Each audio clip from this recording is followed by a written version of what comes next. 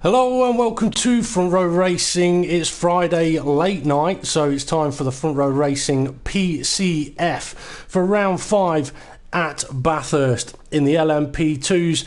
Hopefully the drivers have been getting plenty of practice in around this world famous racetrack, because if they haven't, they're going to be finding themselves in the barriers a lot. Now, I'm from Row Racing DP. I'll be doing the commentary this evening, and I'm joined by a special guest, Will Butler, who's going to be joining me in the commentary box. How are you this evening, Will? All good, thank you, DP. Looking forward to it. So am I. Now, I have sent you a quick image of the current standings for the PCF. I am going to go through them in a moment anyway. We've sent a few more invites out, so there's a few drivers that may come on a little bit late, but something that I haven't let the drivers know, but I was thinking about, and you mentioned to me when we were getting prepared for the race, that it is quite a long lap here in Bathurst. I have actually got some lap times from a couple of the drivers, but it is quite a long lap, nearly 2 minutes. So we've decided to give them a 20-minute qualifying session. Gives them plenty of time to get out on the track, get a lap in, and if they balls it up, plenty of time to get back to the pits and go out again. So we'll have a 20-minute qualifying session, a 5-minute warm-up, and then we're on for a 22-lap race around this amazing track. I've got to say, it is a circuit that I absolutely love racing round. I know you've driven around it a little bit because you messaged me the other day saying, here's a bit of info for you. So do you want to tell us what that info was and perhaps any other info you've got about the circuit?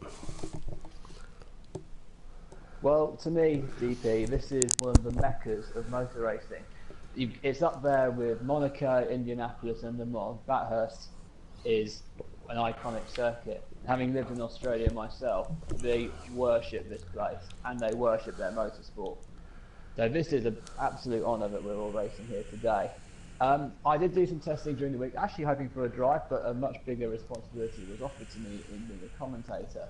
And in terms of the testing, it's such a diverse track. You've got the long straights, the mountain straight and the Conroy straight, and it's then separated by the start grid, but then the hilly section.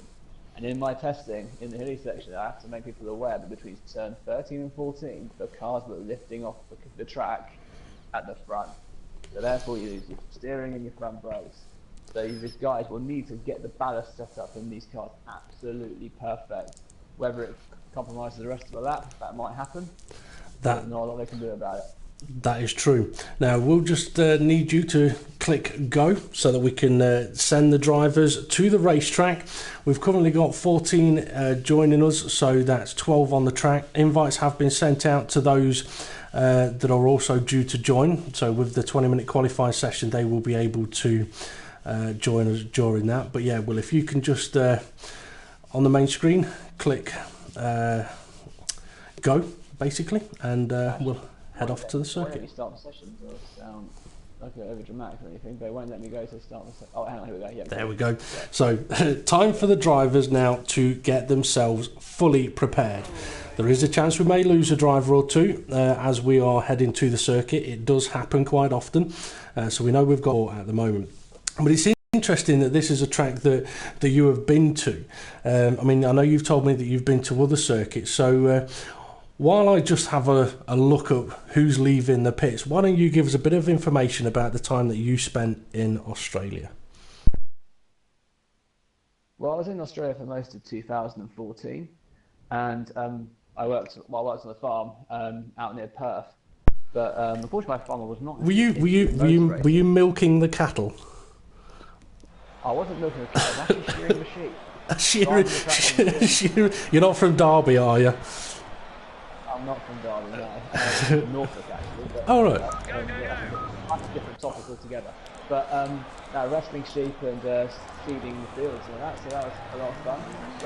But there's a lot of amateur racing out there, stock cars, dirt racing as well. So it's a good hobby for the farmers, and with all the experience with all the mechanical experience they have. Okay. But this is the one they all talk about. This is the gold standard. I mean, I mentioned earlier that I like this track. I mean, I am a huge fan of this particular racetrack, and also the way the Australian public take to the events they put on here. I mean, the Aussie V8s around this track, it's not just a race, it's a religion. You've got your fans that are the Ford fans, you've got your fans that are your Holden fans, and they hate each other.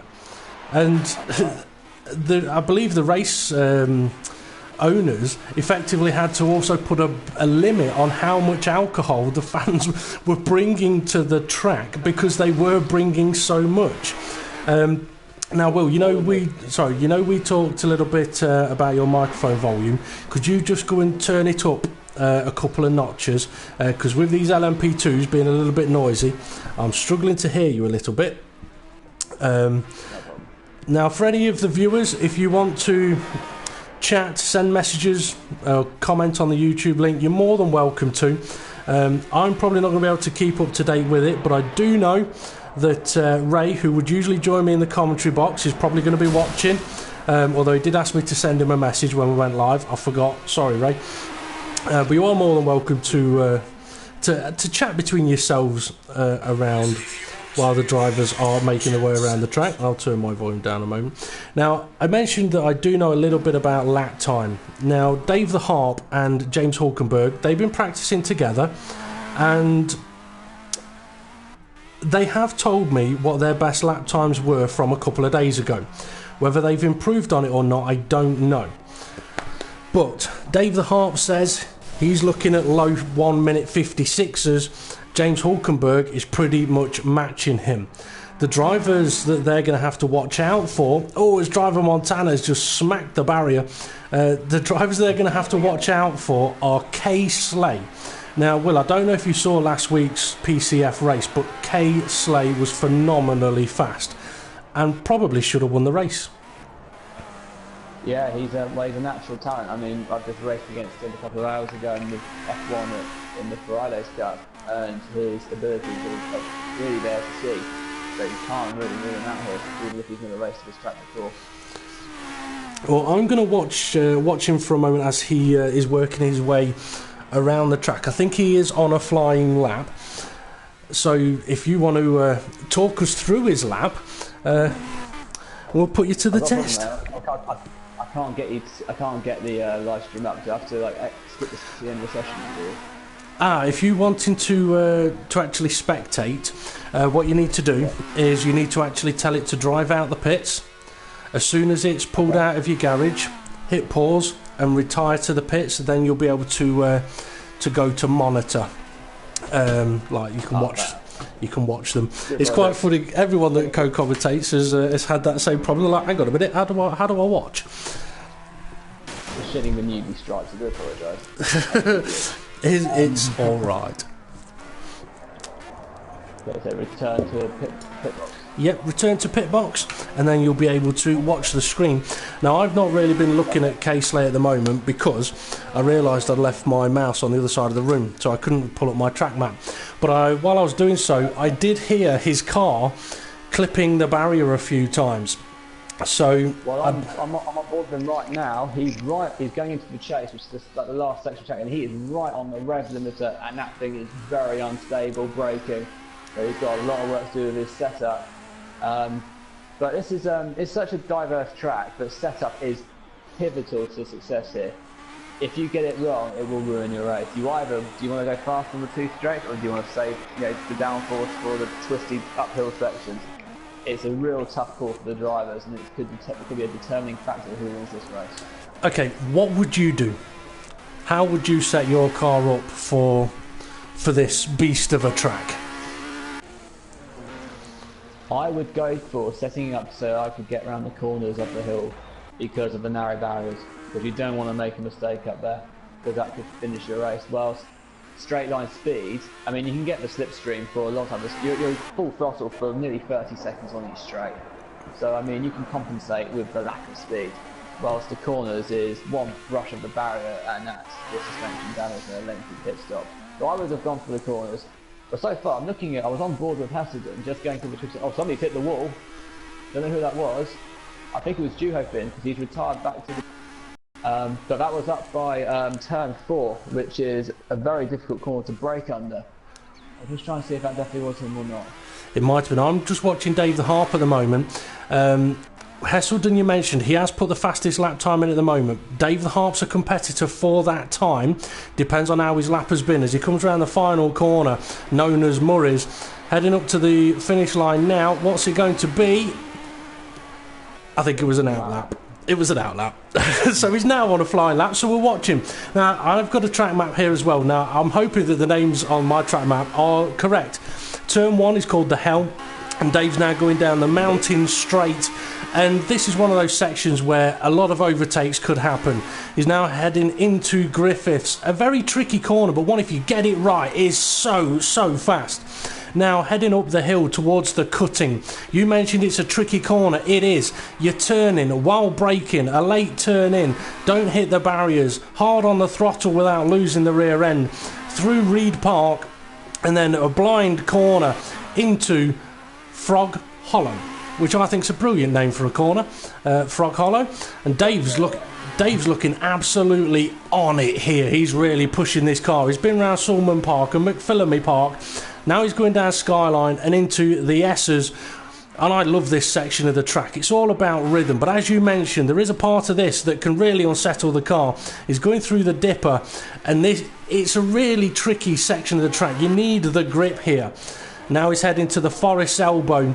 And this is another corner. You get that corner slightly wrong, you'll hit the wall, that's your lap done.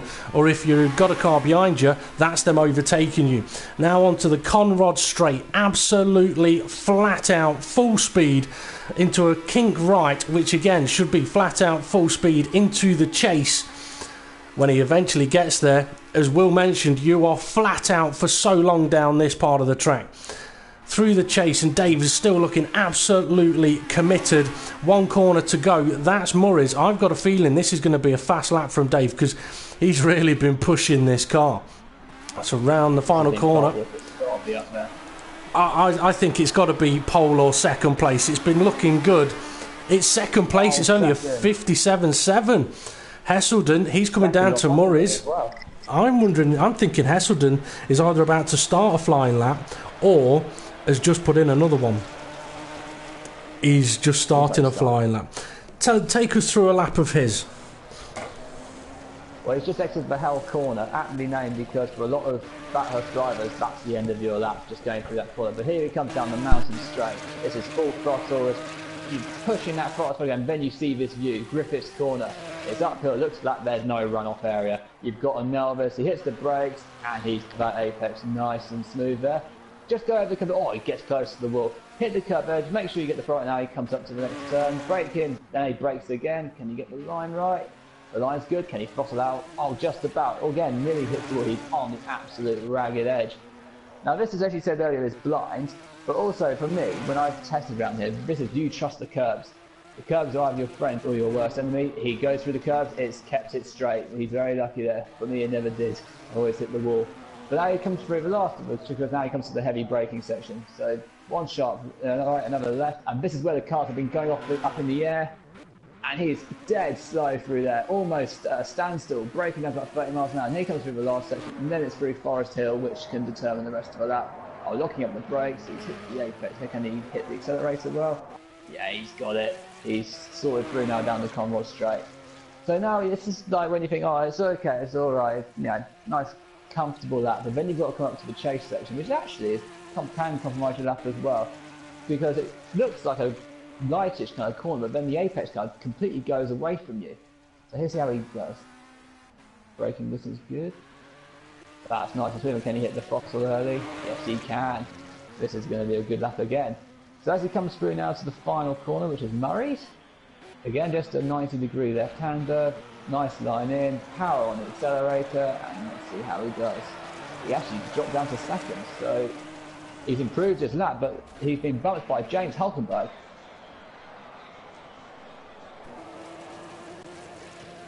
I just realised I was on mute. I was just saying, as we're watching Hesselden flying around the track, putting in a beautiful lap, in complete comparison to Dave the Hart, where Dave's car was wiggling all over the place, Hesselden's was beautifully planted all the way around, And James Hulkenberg, out of nowhere, goes and pops in a 1 minute 55.5.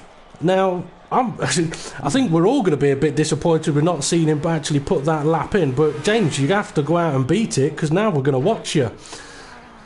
Dave the Harp's on an out lap, getting ready to set up another one. We've got 2 cars leaving the pits. Kay Slay is one of those. 3 cars leaving the pits, actually. Richie Davey currently sat in 6th place. So Mulrine's just left the pits. Watching Andy Russell through Russell's. I'm sorry, not Russell's. It's did his name confuse you? His car, his back end's not happy. It's going nervous. He kicked the wall. And he's back to the pits. I'm not surprised he's gone back to the pits on that one. Azamor, he's just crossed the start-finish line. He's starting a flying lap now. Current lap time for 2 minutes 6.1. But, I mean, this is a track where, we were talking setup a little earlier on. This is a track where if your setup's right, you can get round with a fairly decent lap time. If your setup's wrong, it just won't work for you. It doesn't matter how good you are. I mean, the likes of Kev 187, if he just jumped on into a car now and thought he'd be able to go and put pole position in, it ain't going to happen. Because this is a track where you can't just turn up and go quick. You've got to know what the car's going to do, and you've got to know what you're going to do when the car does it. It's just not a giving circuit. It's just no way. Yeah, I mean, you can tell who's done their homework here and who hasn't. Yeah, I'm on board with Azamor right now, and I'm very worried this thing's going to fly into the wall. If he gets on this exit curb, because you mentioned the curbs around there earlier, the exit curb of that last left-hander, if you get on that, it'll pull you straight off. But as you mentioned, you can tell. You look at Hesselden, he is a brilliant racer. He's a great driver. His car absolutely planted, never out of place. You look at Dave the Harp or even Azamor now, and it's a completely different story. Well, Andy Russell's now going through the skyline, and he's clipped the wall as well, just gently, but he's still kept it facing the right way. Through 14, it's going all right, looking a little bit better, but it's not quite, it's not perfect. Wouldn't be surprised if he does a new setup again. Finally through and he's hit the wall. That's going to affect the rest of his lap. Yeah, I think he's got a bit of damage on that car. And damage around this track, the only saving grace about damaging your car around this track is the hope that somebody else does it as well, and you've still got someone to race. Because if you damage your car in the early part of the lap, you're going to lose so much time getting back to the pits. Well, if you damage your car, in turn 1, or even before you steep right-hander, then you've got one hell of a long lap. That's your race completely compromised. Yep. So, I mean, that's something that you avoid. Watching Hesselden, he's crossing the line. I don't know if he's setting a lap on it, but again, it's so smooth. He's got this car absolutely hooked the way he likes it. Things, if you go and watch Driver Montana, he's got a car catching him up, and it's a completely different story. As he's spun it, he's into the barrier, and the car following him has hit him as well. Had nowhere to go on that one. I think that may have been Richie Davey, but Driver Montana, he lost it on the way into the corner, and not a lot he could do there. Now, Andy Russell. Yeah, if you didn't get to catch that, you'll want to watch it on the live stream afterwards.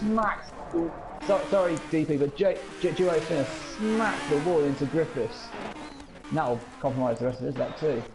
He just slid straight into it. There was no kind of, I'm going to crash. It was, he hit the brakes, turned in, there's so much understeer, the car just smacked straight into the left-hand side. Now, he's on an out lap, so it could be that his tyres were very, very cold.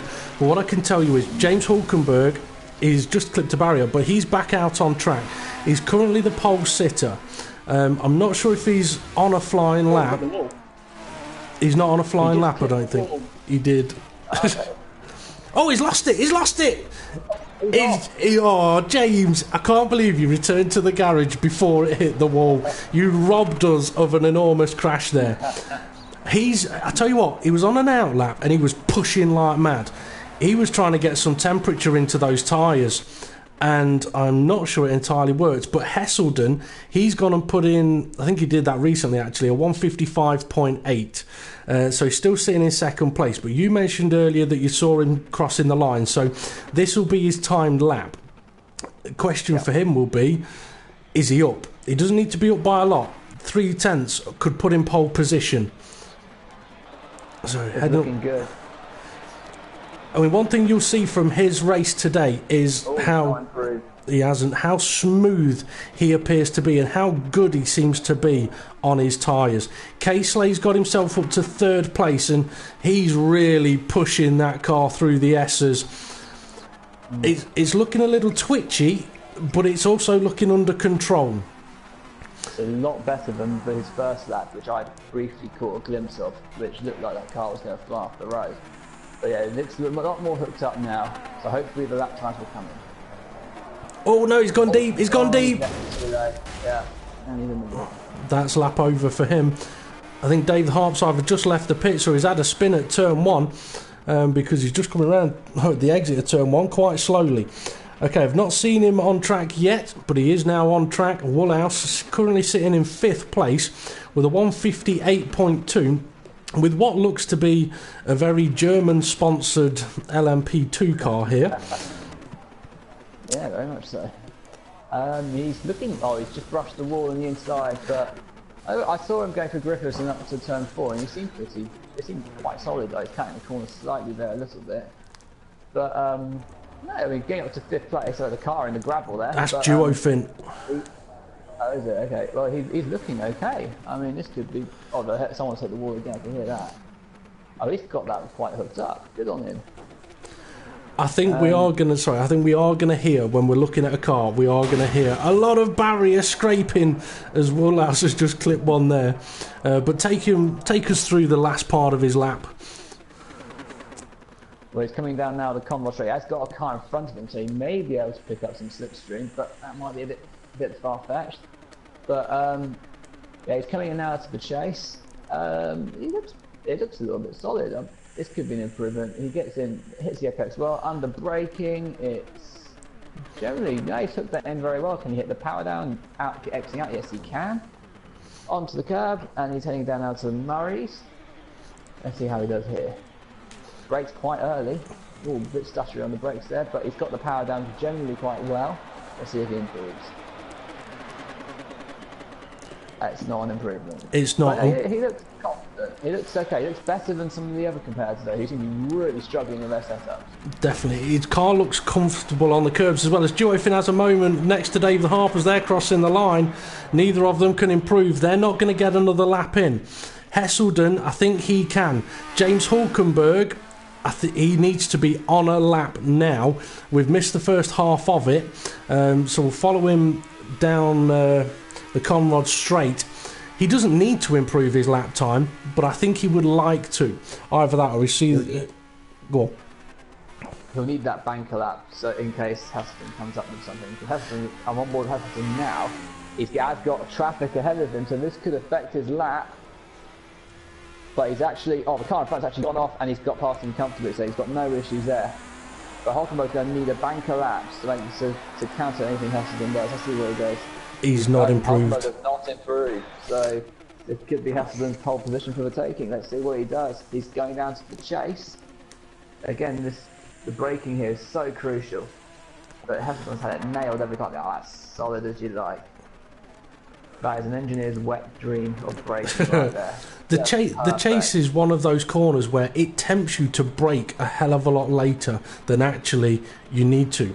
If you brake way too late, you lose the whole corner. Well, here comes Hesselden. Let's see what he does. He doesn't improve either. This circus spooks everybody. That's Hulkenberg's pole position. Now, Andy Russell, I think, is going to be the next to cross the line, but he hasn't got enough time to finish his lap because session's going to be over in now. So, we'll get to have a quick look at the qualifying order then. So, James Hulkenberg does take pole position, Hesselden second, Casey third, David Hart fourth. M1989 Woolhouse in fifth, Mulrine sixth, Neotic seventh, Richie Davey in eighth. Leomo McElroy 9th, Andy Russell 10th, Azamore 11th, Driver Montana 12th and Duofin in 13th. Now we're into the 5-minute warm-up where this is the part for the drivers to get their fuel strategy sorted, their pit strategy sorted. But here's a question for you, Will. It's a 22-lap race. The tyres we don't know exactly how long they'll last. You might, I don't. What would you do for strategy at this particular track? Would you fill it full of fuel from the start so you don't have to worry about that again and just deal with the tyres as they come? Or would you put enough fuel in for a stint and then refuel on the go? Well, in terms of strategy, a big factor is going to be heat. The general air temperature of the track temperature. Of course, that could, McElroy's hit the wall, but hopefully he will recover. Tyre wear just depends really on your braking setup, because if you set your car up, like I said earlier, for the twistier sections up the mountain, then obviously your wear is going to be a little bit higher. But it depends where you. I mean, if I was in this situation, I'd look at my grip position. I'd look at who's in front of me. I'd look at possibly who might have an accident or who has not performed too well around here during the qualifying session. Then maybe. Oh, sorry, Andy Russell's just had an enormous crash. I'm surprised his car's still going. Sorry, carry on. I've put you off now, haven't I? Hulkenberg smacked the rear end into the car.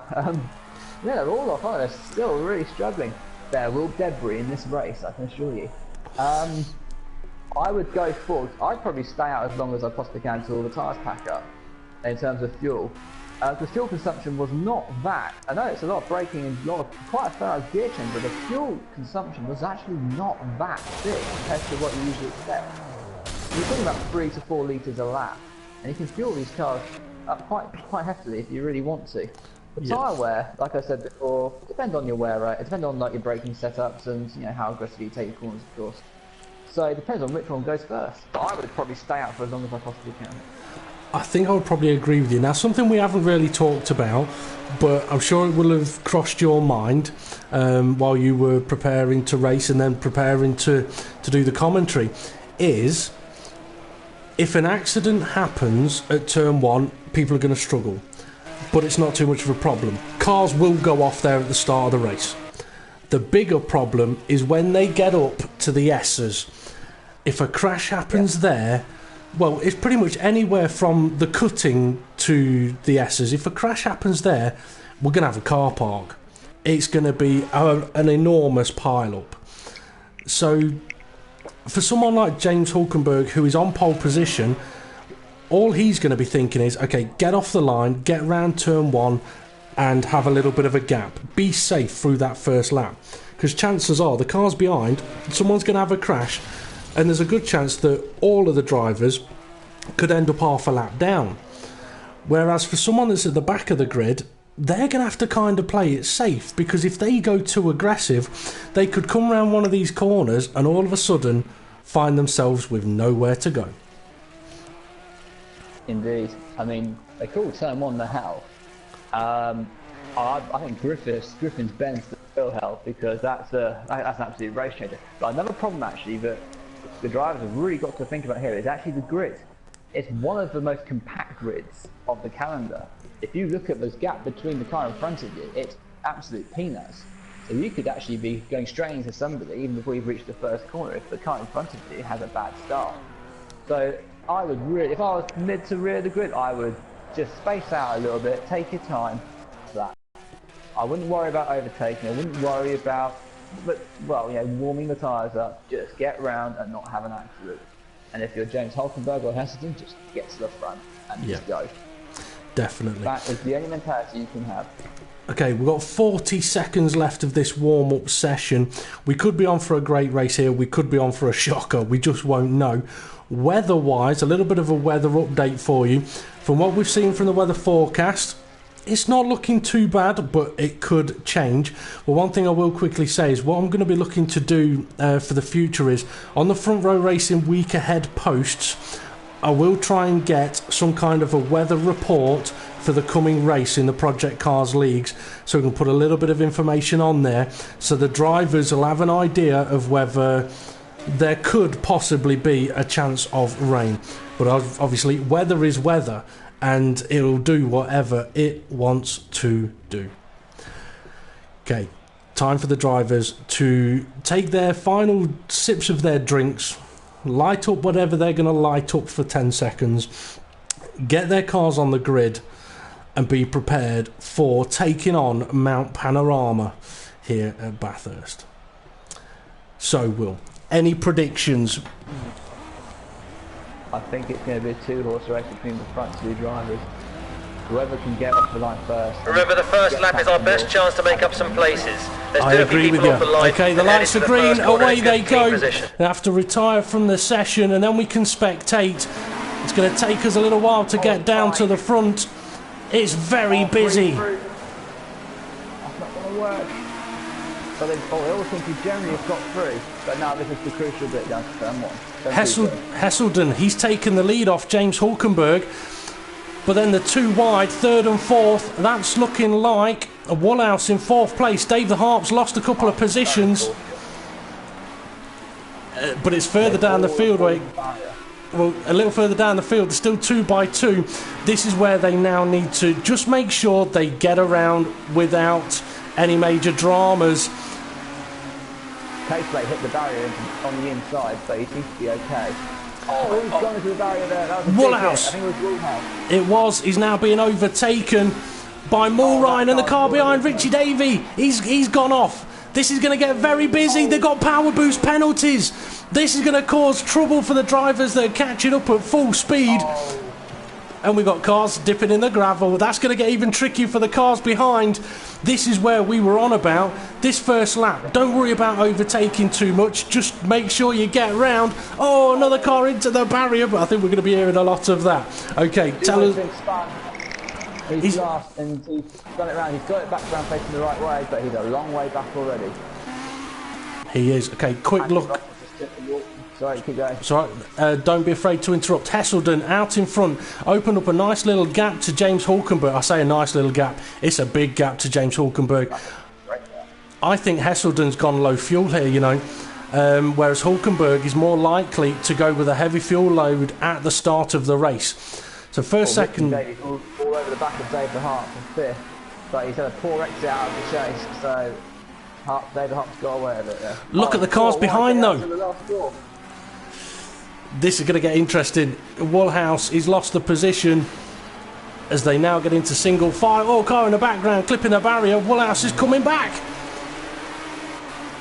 So just great overtake. It was, squeezes past McElroy into the hell, but I think he's compromised his exit, and slipstream down here will have a massive effect. And Elmo McElroy's just trying to squeeze through. He's been given a bit of room, and Woolhouse concedes the position. Not a bad decision to make there. Oh, Montana's hit the wall. He's lost his engine cover.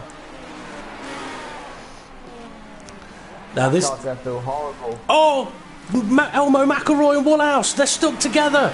McElroy lost the rear end. Oh, and another car's just lost an engine cover. Lost his rear wing. He's going to have no car left for this, right? Now, we did see at the Silverstone race, James Hulkenberg was involved in a collision that pretty much ripped off every body panel of his car, but he was able to keep going. He was actually surprisingly quick, as Elmo McElroy's just slipped a little bit wide again. He's under pressure from Woolhouse. They have to be careful through through these corners. Oh, but they're in the barriers. Sorry, DP. Hesselden's dropped to third. Casey's got ahead of him, and Hulkenberg now leads the race. That would suggest then that Hesselden has had a bit of a moment somewhere, because he had an enormous gap. I mean, where would you think that he's lost that amount of time? Got to be in the skyline or in the S's somewhere. But he's got back to Casey Rowley, but this car does not seem... Oh, the left side of the bodywork has got a few scratches on it, but it doesn't seem too badly damaged. I'm wondering if he's just clipped the barrier at the S's or the dipper, which has nearly spun him round. Near where you were saying the front end lifts up. Oh, Casey sideways. Okay, take us through Hesselden attacking him, because I think he's coming for it. This is really the best chance for him to get an overtaking lever before he goes through the complex section. He can't really get close to him. Casey will have this corner. Oh, he's gone in late into the... Has he avoided all? Yes, he has. And Hesselden's probably going to have to settle down here until the Conrod straight towards later in the lap. I mean, that's the thing. If you're behind at this point... Oh, Casey's gone wide. Oh, he's just held the position. Oh, car behind. Mulrine's off. It was. It's Mulrine. He's about to be attacked by Richie Davey, and all of us know that that's no fun. But I was just about to say that, yeah, I mean, once you get around Griffins, pretty much you've got no choice other than to sit and wait until the long straight, unless the driver ahead makes a mistake. Driver Montana has pitted. I think he had far too much damage, and he's about half a lap behind now the leaders. That he is. Okay, Woolhouse and Lielmo McElroy, they're not too far apart at the moment. Crash! Caselay's gone off. Heselton's up to second. Okay, we're watching them. I mean, this is one of the beautiful things about this track. Anything can happen at any time, and a position can change. I mean, we've been running for what feels like 20 minutes already. We're only 2 laps into the race. I'm going to need a few more than just one. Caseley, he's lost it, he's spun it, he's off. That's down to 5th, might be down to 6th. Oh, yeah, Mulray. I wonder if that was a bit of a sympathy spin there. Well, this is allowing now Neotig to catch up to this battle. This is a situation where, for James Hulkenberg, you've got the lead now, you've got a big gap. Just don't make a mistake. But I was talking to him the other day about this track, about the corners you were talking about, where the front end lifts up. Your setup's got to be right, but at the same time, you can go through there absolutely not flat out, but on the limit of adhesion, and your car will get round it. If you then start going, okay, I've got a gap, I'm just going to back off a little bit, you can go into that corner and you'll spin. And then the next time you come to it, it's in your mind, oh, I spun here last lap, I better be careful. You be careful, you spin more. McElroy and Woolhouse, and they had a great battle since Murray's coming out into Griffins, and McElroy has passed Woolhouse, and Woolhouse each other. That's more bodywork on the tarmac, and the car behind's just hit it and ended up in the barrier. That's duo fin. Oh, yeah, that's serious damage he's got there. He's got a long lap ahead of him.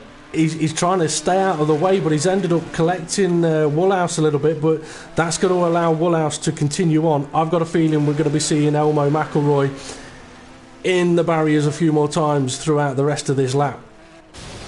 Caseley has dropped to 5th. Oh, we're saying that. Sorry, Woolhouse, he's just clipped the barrier. He's lost his engine cover as well. He's still got his rear wing, but he's lost his engine cover. This is getting fashionable, isn't it? A shed your engine cover. Yeah, well, nothing wrong with doing a little bit of extra losing of weight, shall we say. But, I mean, you mentioned it in qualifying. We could see a lot of debris around the track. Asamoah, he spun it. He spun it at the start of the lead to the fastest part of the track. He's got damage, I think, as well. He's twitching a little bit, but he's got Woolhouse all over the back of him, who's probably got damage as well because they're twitching all over the place. Oh, Asamoah, oh, he's trying to stay out of the way, but he's clipped him. And that's going to let Elmo McElroy go through, and Woolhouse has just lost a little bit more bodywork. And now Duo Finn, I think it is. Yep, he's trying to get past Asamoah, but Asamoah's clipped him as well. This is the thing, you damage these cars, your steering's all over the place. Indeed. The fastest man on the track at the moment is Heselton. His fastest lap is 3/10 quicker than Hopper, so exactly the same pace as qualifying. Caseley has either just come out of the pits or he has just spun it at the hell. I just went on board with him. It was going very, very slow. He's dropped back, hasn't it, quite a bit? So it may have been a spin. Woolhouse has kept going without. Woolhouse and Lee McElroy have both stayed out with the lack of fat on their cars. That's going to hurt the steering, surely, when they go up to the Griffins, as they're doing so now. No, it seems to be fairly smooth. Oh no, I spoke too soon there, cursed it. Woolhouse did tip the wall, but he's off his front end as well, so he must have terrible steering. Yep. Now, the leader, Hulkenberg, is just catching up to Driver Montana in 13th place at the moment. I can't imagine Driver Montana is going to hold him up at all. Oh, Woolhouse! I've seen weight loss programmes before. This is the Bathurst version of it. It's not overly surprising, though, given the nature of this track. But, I mean, we could be getting to a situation where the drivers have been pushing very, very hard for these opening few laps, and they're damaging the tyres, they're burning the tyres up, the grip's not there, which is leading them to end up in the barrier. Indeed. It can definitely hurt their tyre wear, and along with the bodywork repair they'll have to have, so it could be a very lengthy pit stop. Okay, I'm just going to have a look at what the last laps were. James Hulkenberg's last lap was at 2 minutes. Hesselden was a 1:59.8. He's only 0.3 faster. Dave the Harp, it's not showing me his lap time. He must have been off the track somewhere. Same for Richie Davey. And Neo Tig, I tell you what, James, other than Hesselden, James is doing all right for pace. So Hesselden is trying to pull that gap in now, and he's got plenty of laps left to do it. I mean, have you got any kind of idea of how long these tyres are going to last? Whether we might see a 2-stop or perhaps a 3-stop strategy? Azenmort had a big accident in 12th place. He's facing the wrong way. I think he's out of the race. He's out of the race. Not gone. Well, sometimes the big accidents are the ones that end your race, and his race is now over. Yeah, it's you see me and Will in the pit lane there. Driver Montana in 12th place, and as I mentioned, he's got James Hulkenberg catching him up. So Driver Montana, 5 laps in, is about to go a lap down. Oh, Heston's hit the wall coming out of Boris' elbow, but he seems to have held it all together. You can see Hulkenberg in his sights, so hopefully Hulkenberg will not be held up too long behind Montana. And this is a situation where if you're the race leader, you want that car out of the way as soon as possible. But if you're Hesselden, you want that guy to still be in front when they get to the tighter, twistier part of the circuit. Because if he holds him up through there... He's out of the way. Yep, he's out of the way. So Hesselden's not going to benefit too much. But I've got to fetch him up in the twisty section of the track. He's not going to want to catch him there. Dave the Harp, 3rd place. As a racing driver in this category, I wouldn't mind pinching a bit of slipstream going through like the straights. True. Dave the Harp. Oh, Dave the Harp's in the pits, but he's spun it. Now, I've seen dodgy pit entries. That's not the worst, but it's not a great one either, as Richie Davey just goes past him, and he has recently lost his engine cover. Not surprising, that one. I think most people will do it. It'll be a lot quicker to find out who still has their engine cover at this rate. I think James Hulkenberg and Dave the Harp and Kay Slay are 3 of the very few that still have. So if Dave the Harp's pitted now, he's done 6 laps. That would suggest that he's possibly on a 3-stop strategy. Wow. Or he's Neotig in the pits as well. Dave the Harp's on the move, and Neotig is on the move again. It's possible that what Dave the Harp's decided to do is... Oh, we've got a battle going on, 8th and 7th place. Yeah, it's possible that what Dave's decided to do is sacrifice that first set of tyres, get them out of the way, put a new set on now, and be fast. As Elmo is having a look, but he can't quite make it work into Griffin's. So yeah, it's possible he's gone for the faster tyre right now. The problem is he's come out right behind these 2 guys that are battling. So he could find himself losing time rather than gaining it, because these guys have been in the barriers. Dave the Harp's already passed one of them. That was a lovely, sneaky little move. That's not a usual overtaking, that's great driving. Now, is he going to try and go past the next one in a similar way? Oh, he tried. It didn't work. He hasn't got his engine cover now, I don't think. He's got damage. He's got damage on the car. Oh, no. That is disastrous. Because if he has got damage, which it looks like he has, really, the only thing he can do is pit again. He's just going to lose bucket loads of time. He won't be happy. He likes to scream his helmet off. And I think he'll be doing that now. But at the end... 3 cars, by the way, are 5 seconds faster than the rest of the field at the moment. Wow. And... Well, yeah, only Dave the Harp and Neotig have really made stops. Dave the Harp going for a move now down the Conrod straight. Gets ahead of Leelmo McElroy again. Richie Davies in the pits. Okay, so Richie saw Dave the Heart pit. Richie was behind him. K-Slay is into the pits, if he can actually get there. Wiggling a little bit through the chicane. Yeah, he is. So, Richie Davey, are you going to come out of the pits ahead of Dave the Harp? Woolhouse is also in the pits. Dave the Harp and Dave Harp has stayed out, and so has Lee McElroy as well. So, Dave's up to 4th at the moment. So, where is Richie Davey? I think he's going to come out behind him. He's behind Neotig as well, so he's dropped to 7th.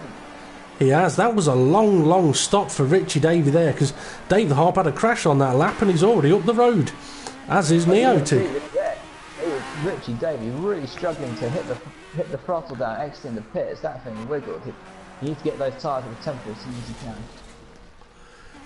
Well, that's put Mulrine up to 3rd place now. Hesselden is in 2nd. Dave the Harp still in. Sorry, James Hulkenberg is still in 1st place. But I think this gap between these two has been reducing and reducing.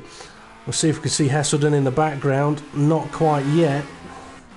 I think Hulkenberg had a bad lap because he was fast. He's going for the pits. That's probably why the cars have had enough. So what is Hesselden? Now this is all going to be about who has the faster pit stop to see if anything changes between those two. But Hesselden is in the gravel.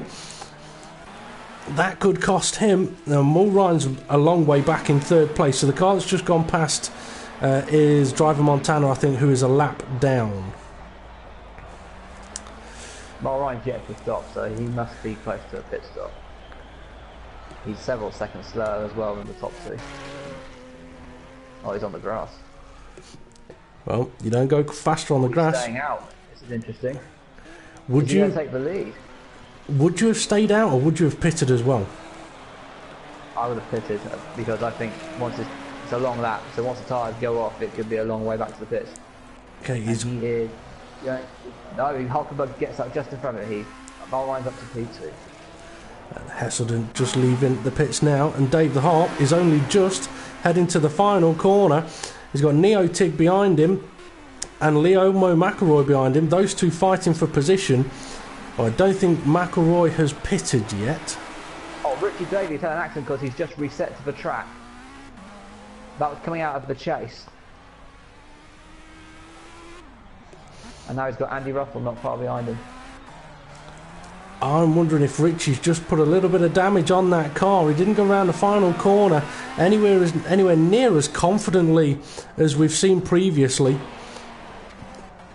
And as you mentioned, Andy Russell's not that far behind him.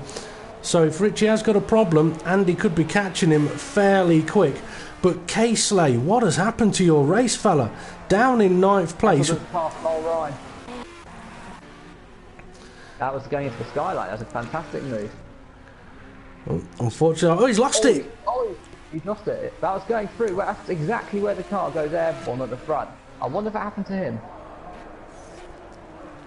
It's possible he's not got his tyres fully up to temperature right now, which has perhaps led him to do a nice overtake, but then struggle a little bit. But that gap between himself and James has just opened up over the course of this lap.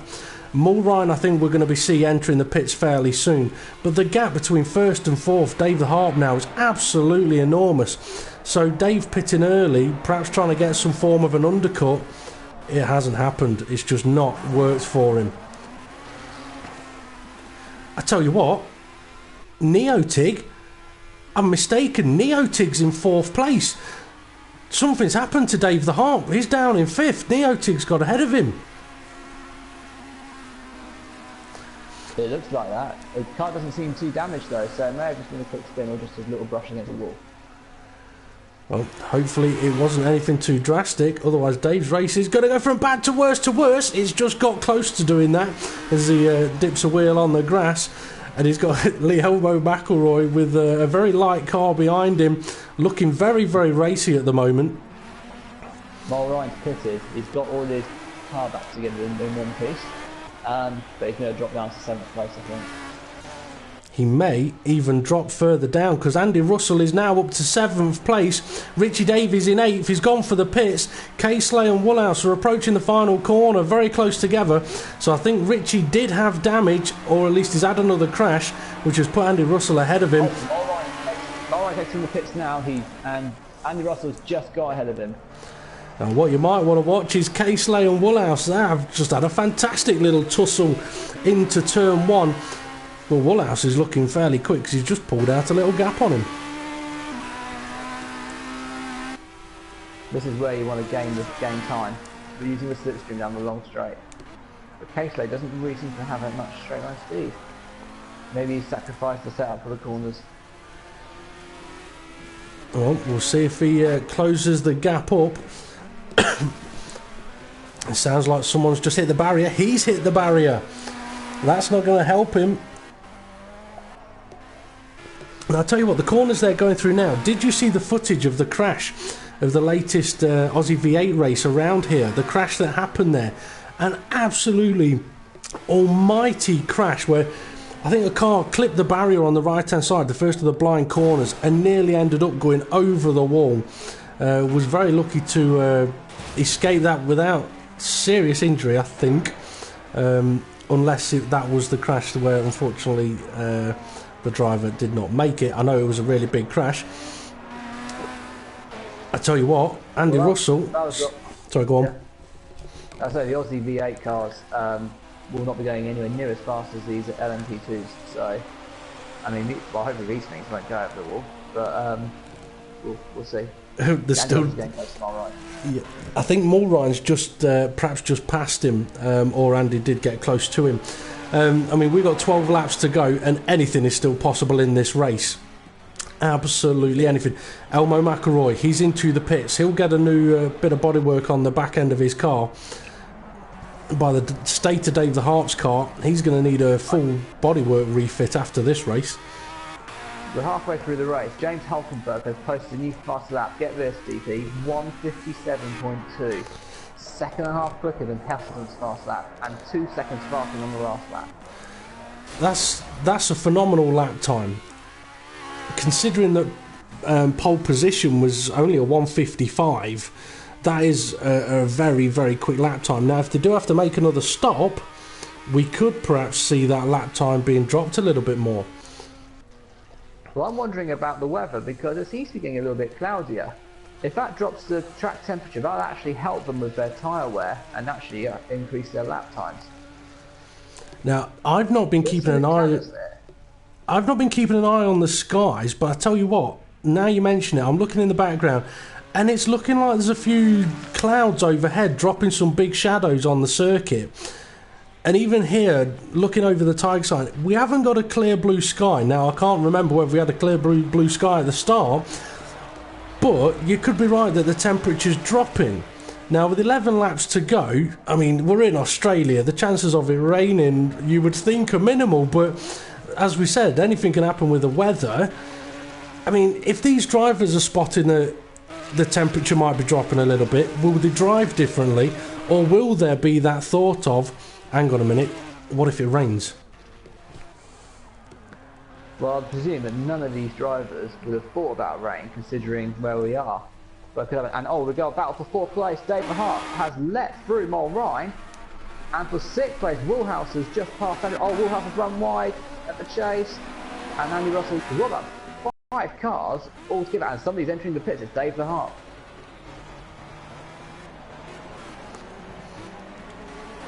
Now, for those drivers that haven't got a roof on their car, they may spot a temperature change more than the others, but it does look like it's getting a little bit darker. It does look like there's a little more cloud cover over the racetrack. But we've got a battle going on here. Andy Russell in 5th place, being attacked by Woolhouse in 6th, making his move down. Oh, nice little overtake. I mean, there's nothing wrong with the driver getting past and pulling into the race. Oh, he's going sideways! He's going to be under attack. I think he's going to have to be careful now, because if the car behind gets a better exit, he's clipped the wall. Oh, but he's going to get away with it. Has he got damage? He's twitching a bit. Wallhouse. He might have a little bit of damage. Either that or he's just really pushing the car. Oh, it was Andy Russell. He's pushing the barriers, let alone pushing the car. Heselden has responded to Hulkenberg's fast lap time. He's now done 58.0. He's shaved off nearly a second of his best lap time. Caseley's getting in on the action here for the 6th, 7th, 8th battle. And I'm not surprised that Dave the Hart pitted again. He's done another 6 laps on his set of tyres. But that would potentially suggest he's going to have another stop to do. Whereas the likes of James Hulkenberg, I think they went to about lap 16, 15, 16. Or 15, 16 laps left. Caseley on... Yeah, sorry, take it away. It's all right. He's not struggling for straight line speed anymore, is what I was about to say there. A lovely move. That's one of the good things about that straight. If you're close enough, you've got the slipstream, you've got a better run out of the corner that leads onto the Conrod straight, you'll make a pass easily. Caseley looks quite settled now. Hopefully he'll gain some positions. But another theory maybe about Dave the Hart is that the medium compound might not be tested, but I mean, if the softs went for about 6-7 laps, they've got 10 laps to go. I wouldn't be surprised if he's trying to get to the end of the race, but fuel level could decide that. I mean, that's true. I mean, the less fuel on the car, the less potentially they could punish the tyres. But you have got that opposite effect of less fuel on the car, you can go faster. Round wide and he's let Dave the Hart through. That's an invitation there, really, for Dave the Hart. He can pull away now.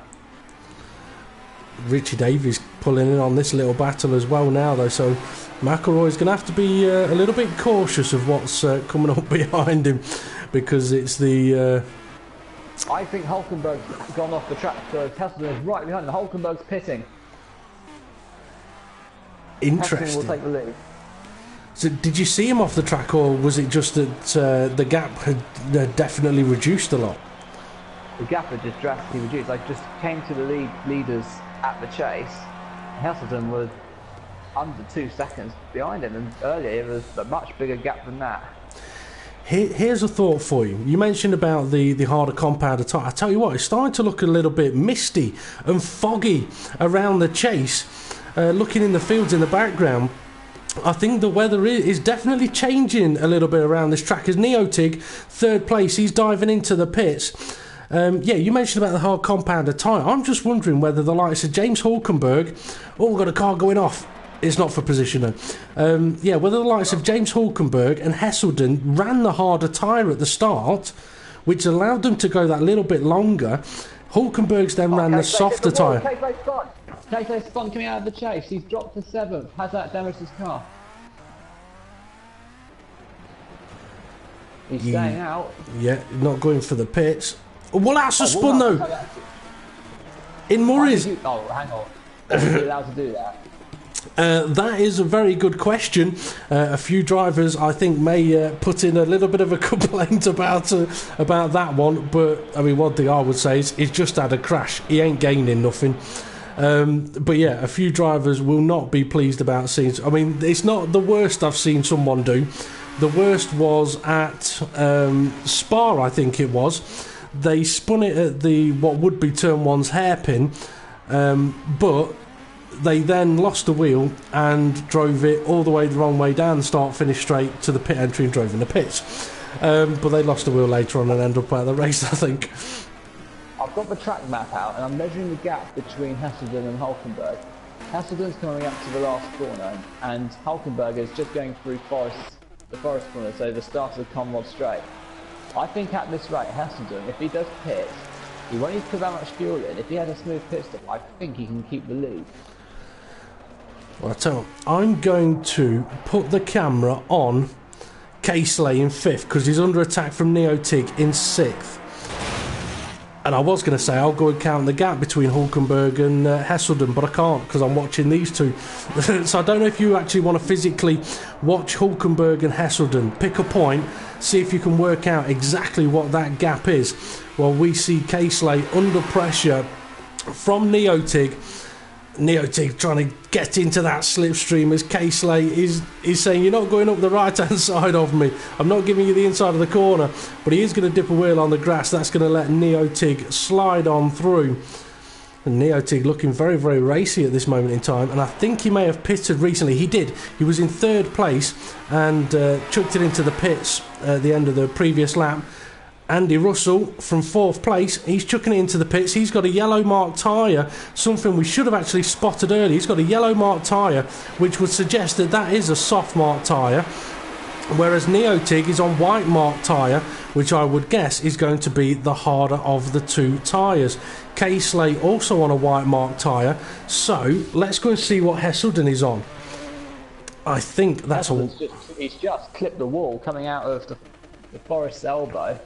But Hulkenberg doesn't look like if he's touching it. I think the gap's about 40 seconds. I don't know if that's going to be enough. But Hulkenberg hasn't quite warmed his tyres yet. I'm wondering if Hesselden's tyres have had enough. Quite possible. We'll see if Hesselden's going to make any kind of move toward the pits. He is on white marked tyres and he is continuing on. Hulkenberg is also on the white marked tyres. I wouldn't be surprised to see Hesselden keep going to the end, you know. Mulrine, he's now up to 3rd place. Got a bit of a gap between himself and 4th. Sorry, go on. The gap between Hesselden and Hulkenberg is 41 seconds. I think... Oh, it's going to be a tough shout if Hesselden does pit. But we might be right in saying he's not going to pit. But he's got traffic headed him in Woolhouse, so that could hold him up.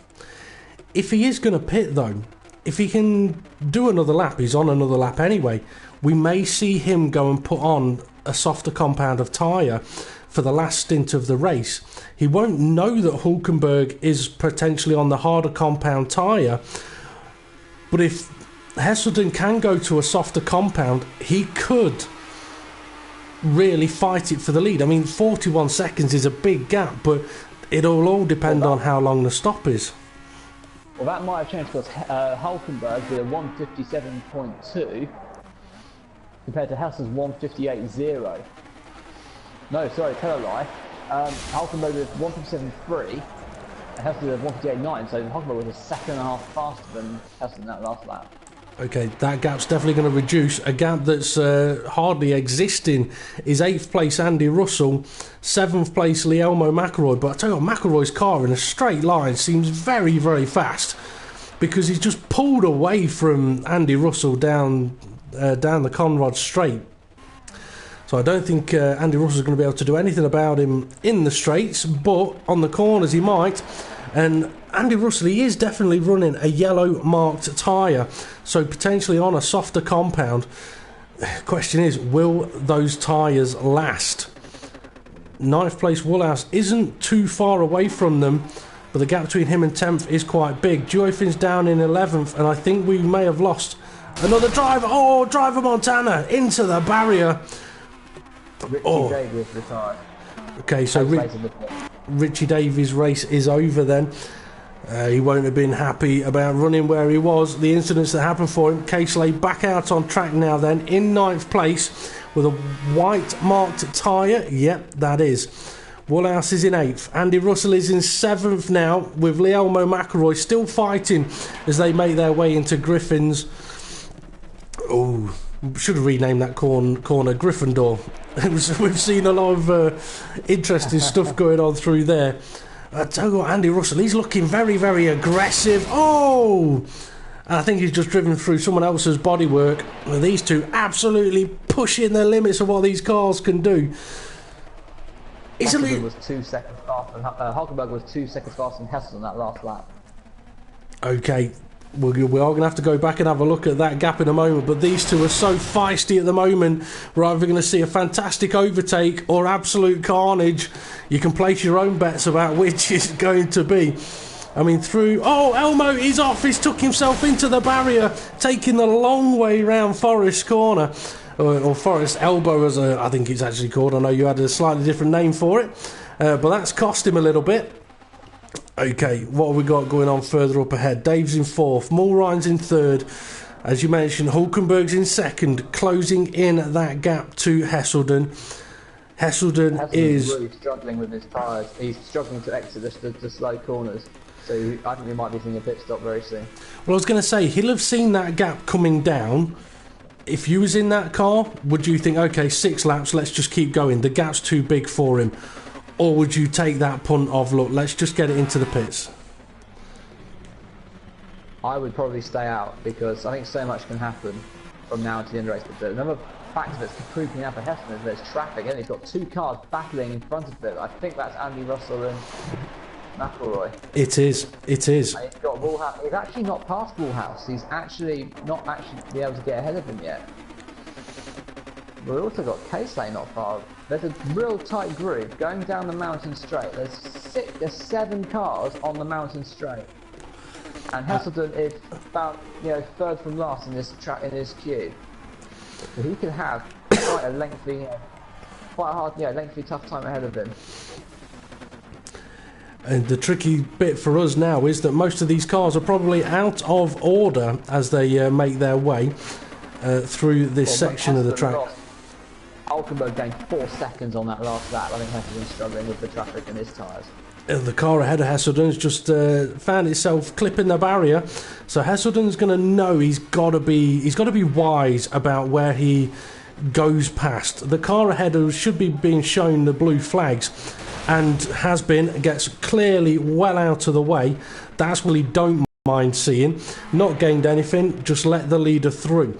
But like I say, I mean, if Hulkenberg's catching him 4 seconds a lap, it could get very close towards the end, because Heselden's been on these tyres for about, it's got to be 10 laps now. Yeah, well, if not more than that, yeah. Okay, I think Woolhouse has just overtaken Andy Russell. He was one of the cars in that train that you mentioned, but he's just gone deep as he's trying to find a way past Guillermo McElroy. I tell you, for Guillermo McElroy, he's pretty much spent most of this race under attack from one car or another. Oh, he's gone deep at the final corner, and that's Woolhouse sneaking through, taking full advantage of potentially a better set of tyres. Andy Russell, he's going to be a little annoyed about that, because he's been following Guillermo McElroy for a number of laps, not been able to get past. Oh, he might be do now. Because Guillermo McElroy's just had a shocker of a corner, but Andy hit the back of him instead of slipping through. But yeah, I mean, how frustrating would that be? You've been following a guy for God knows how many laps, can't get past. Someone else comes along and overtakes the both of you. It's one of the biggest pet hates in motor racing. I can't tell you. I've got a feeling Heselden may have pitted. He must have done. Because he's behind Guillermo McElroy again. He must have pitted. Either that or he's only just been catching them up. But I don't think he has, because Heselden's pace is actually exactly the same as McElroy's, and like Woolhouse as well. Alright, what's going on? There's a lot of cars in the barriers. My screen is gone. Has it? DP. Oh dear. Have you lost connection, or have you just got a black screen? Oh, good. God, I've got an error. So. Okay, unfortunately, you got an error. You may be able to rejoin.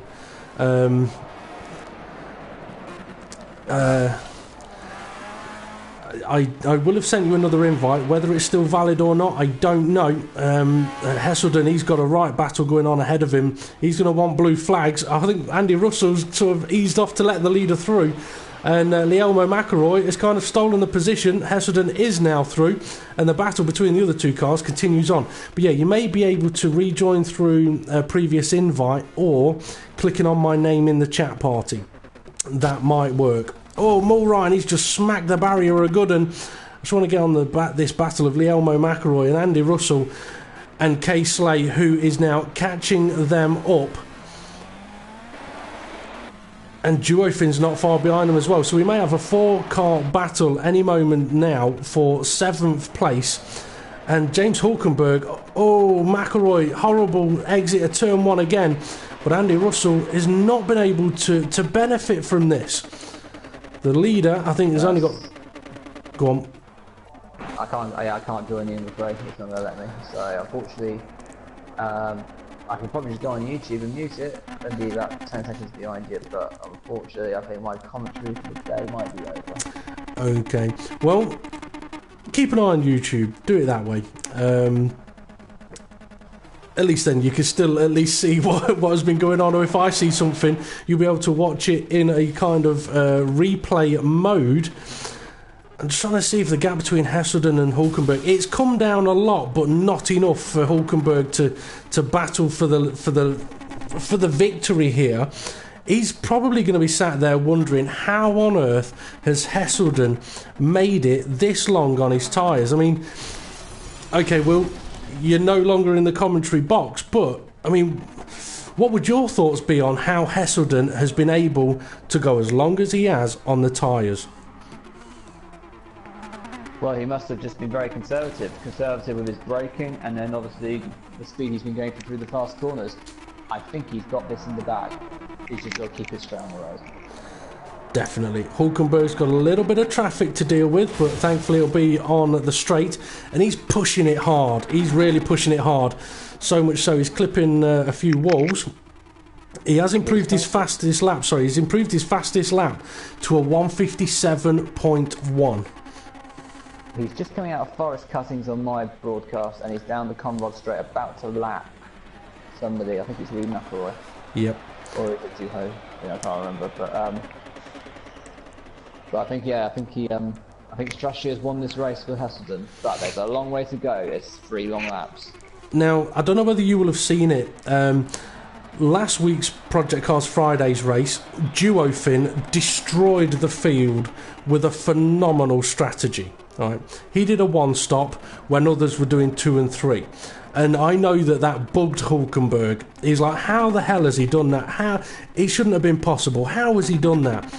He's going to be sat there asking the same thing. He'll be beating Duofin today, but someone else has come along and obviously worked out whatever it was that Duofin did and put it to effect here at Bathurst. Now, Neo Tiggs in 4th place. Big gap between him and Dave the Harp in 5th. Woolhouse, big gap to him in 6th. K-Slate, sorry fella, I've missed it. Got involved in that battle. He's taken 7th place off Lielmo McElroy, who is still trying to fight back. Duofin's got himself up to 9th place. Driver Montana's in 10th. I've got a feeling, you know, somebody else might be missing there. I could be wrong. No, I think I am wrong. I could have sworn someone else was in that fight. I can't. Oh, someone's lost their bodywork, but no, I can't think of a name either. I'm just trying to figure out the gap between Hesselden and McElroy. McElroy, Hulkenberg, do apologise. A Murrayism there on my part. Yeah, Hesselden, I think, is looking pretty settled. He is. On my view, it will take a bit longer for yours, but on my view, he's approaching the final corner now. So he's going to cross the line. 1 lap left to go for Hesselden. So what do you think is going through his mind? He hasn't really had any problems here. So you're on the last lap, around this fantastic circuit. All you got to do is get to the end to win. So what's going through your mind as a driver? This will be one of his most satisfactory victories he'll ever have. One of the toughest circuits in the world in cars, which I personally think are a little bit too fast for this track.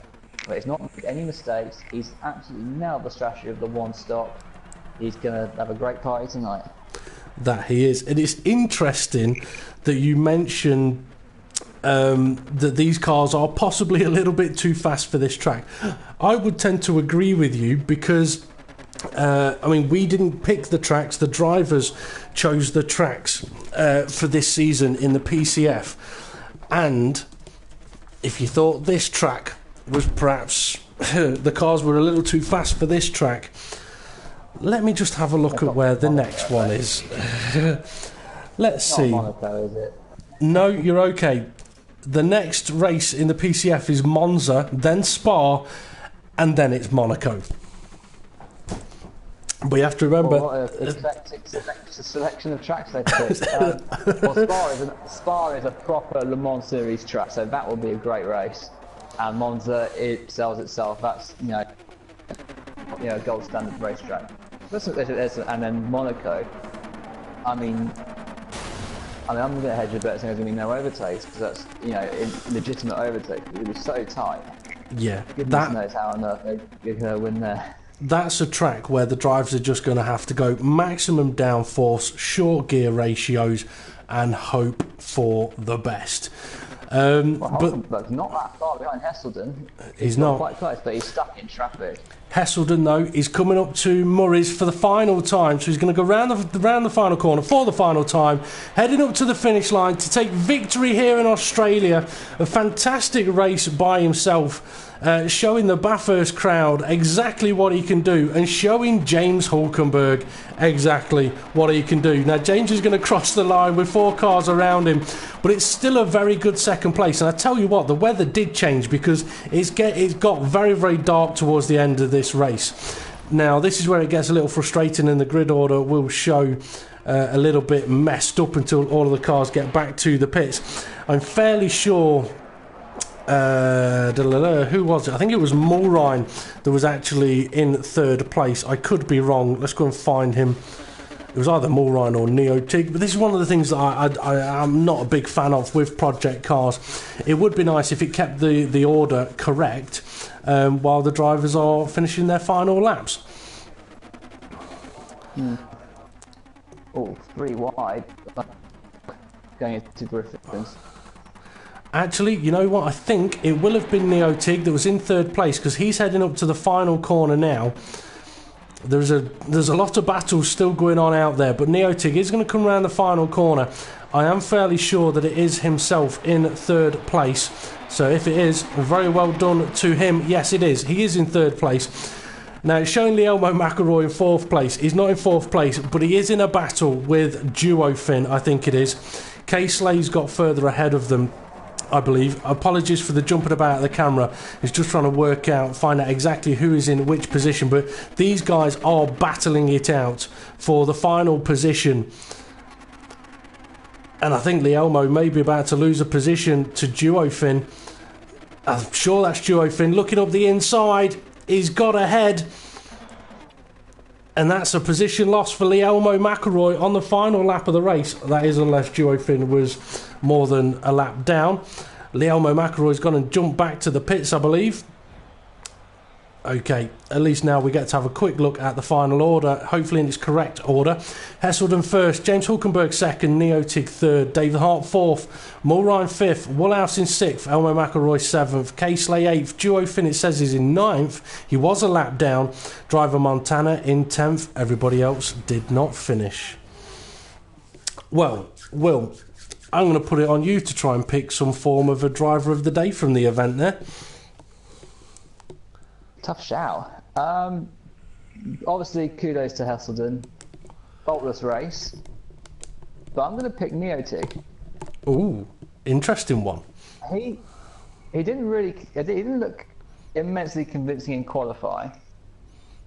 But I think he had a great race. I didn't really see him have an accident. He smoothly made his way through the field. And he's got himself a podium position just because of not being aggressive like some of the other drivers were.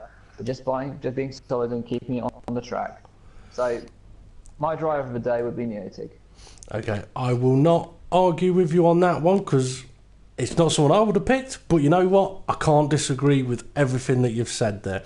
But well done to Hesselden on taking the victory. Well done to James Hulkenberg. You know he's going to be trying to work that one out for a while. 2nd place for him. 3rd, Neotig, he will be absolutely buzzing getting that 3rd place and the driver of the day. And 4th, Dave the Harp, I think he's going to be wondering what on earth happened to his tyres because he effectively had faster lap times than James Hulkenberg in practice. So, not entirely gone his way. Well, next up for the Project Cars Fridays, as I mentioned, is going to be next Friday at about 9 o'clock on the Row Racing YouTube channel for 24 laps of the Monza Grand Prix circuit. And as Will mentioned, that track sells itself. And these cars around that track will be fantastic.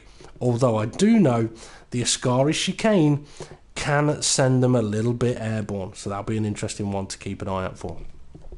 Next up on the Front Row Racing YouTube channel, though, will be on Sunday, 8:30 p.m. for the PCS, the Project Car Sunday League, in the Ginetta G55 GT3s. I'm trying to remember which track we're on this week, and I can't remember. I'll have a look in my book. Apologies, folks. It is Laguna Seca. 27 laps of Laguna Seca. That's a track that's very similar to this one. It's a world famous racetrack. It's a very good racetrack, but as I'm sure you know, Will, the corkscrew has the ability to ruin your race in a heartbeat. I mean, in all my years of racing, I cannot stand the corkscrew. Yeah, I think many people we cannot get it right. It's the different corner lines just don't work. It has to be the same line, the same. You can't overtake there. It's a difficult track to navigate. There's not a lot of overtaking, not a lot of straights. It's a real driver's drive. It definitely is. And if as a driver you dip a wheel onto the gravel, you're going off the track. Okay, well, thank you very much for joining us on commentary for the PCF here this evening. It's been very interesting getting your insights about your time in Australia and your knowledge about this track. Hopefully next week we will see you on the racetrack, but I'm sure the viewers would be more than happy to listen to you in the commentary booth instead. But we can't always give the viewers what they want. We do have to think about the drivers as well. But thank you very much for joining us on commentary this evening. Absolute pleasure, mate. Thank you. You're very welcome. Okay, I've been from Row Racing DP. He's been Will Butler. I'm going to have to find a commentary nickname for him. I was trying to work one out, but it just didn't come to me. So, we've been from Row Racing. Thank you very much for watching. Please like and subscribe. And if you want to keep up with the standings, find the Front Row Racing Facebook page. It's the one with a nice picture of the Silverstone wing. Thanks for watching, and we'll see you all again soon.